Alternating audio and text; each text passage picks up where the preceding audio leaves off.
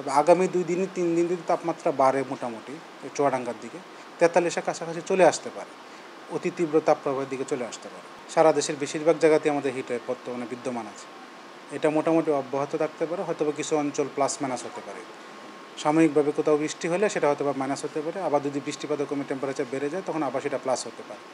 তো তাপপ্রবাহ আমাদের সারা দেশে যেটা চলছে বর্তমানে, এখন তীব্র অবস্থায় আছে কয়েকটা জেলায়। এটা অতি তীব্র হওয়ার সম্ভাবনা আছে যদি 42 বা তার বেশি হয়। খুলনা রাজশাহীর দিকে মোটামুটি আমাদের পকেট, যেখানে তাপমাত্রা একটু বেশি, দুইটা ডিভিশনে আমাদের 8টা জেলা, রাজশাহী ডিভিশন আর খুলনাতে অথবা 6টা কয়েকটা জেলা, সবগুলো জেলাতে আমাদের তাপমাত্রা 40-এর কাছাকাছি প্রায়। এবং খুলনাতে চুয়াডাঙ্গাতে আমাদের 41.5 গতকালকে চলে আসছে, আজকে সেটা হয়তো প্রায় 42-এর কাছাকাছি চলে আসতে পারে। তো এরকম যদি আমাদের তাপমাত্রা যদি বৃদ্ধির অব্যাহত থাকে, আগামীকালকে হয়তো তাপমাত্রা সামান্য বাড়তে পারে। তো তাপপ্রবাহটা ওইসব জেলা কিংবা ওইসব বিভাগের উপর দিয়ে বিদ্যমান থাকতে পারে বা বিরাজমান থাকতে পারে। আর সামান্য যদি বৃষ্টি হয় সেটা সিলেট, ময়মনসিংহ কিংবা চট্টগ্রামে 2-1 জায়গা হতে পারে, সেটা সাময়িকভাবে তাপমাত্রা কিছুটা কমে আসতে পারে, কিন্তু দীর্ঘমেয়াদীতে এটা তেমন একটা প্রভাব পড়বে না, কারণ কয়েক ঘন্টা পরে আবার তাপমাত্রা সেটা বেড়ে যায়, আবার হিটে বা আওতায় চলে আসতে পারে। এটাই হলো লেটেস্ট আপডেট। ঢাকার পরিস্থিতি গতকালকে তাপমাত্রা ছিল ম্যাক্সিমাম ছিল 38.4, আজকে 12টার দিকে চলে আসে 37.5, মানে 38 আজকে ক্রস হতে পারে, আজকে পার হয়ে যেতে পারে।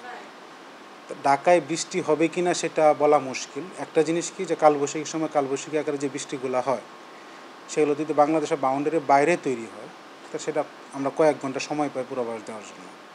আমরা ট্র্যাক ধরে ধরে পূর্বাভাস দিতে পারি এবং ওয়ার্নিং ইস্যু করতে পারি। আর যদি বাংলাদেশের অভ্যন্তরে তৈরি হয় তাও আমরা আধা ঘন্টা কিংবা 1 ঘন্টা আগে সেটা পূর্বাভাস দিতে পারি। কারণ কালবৈশাখীর সময় তো যখন তখন আমাদের কালবৈশাখী সিস্টেমগুলো তৈরি হতে পারে।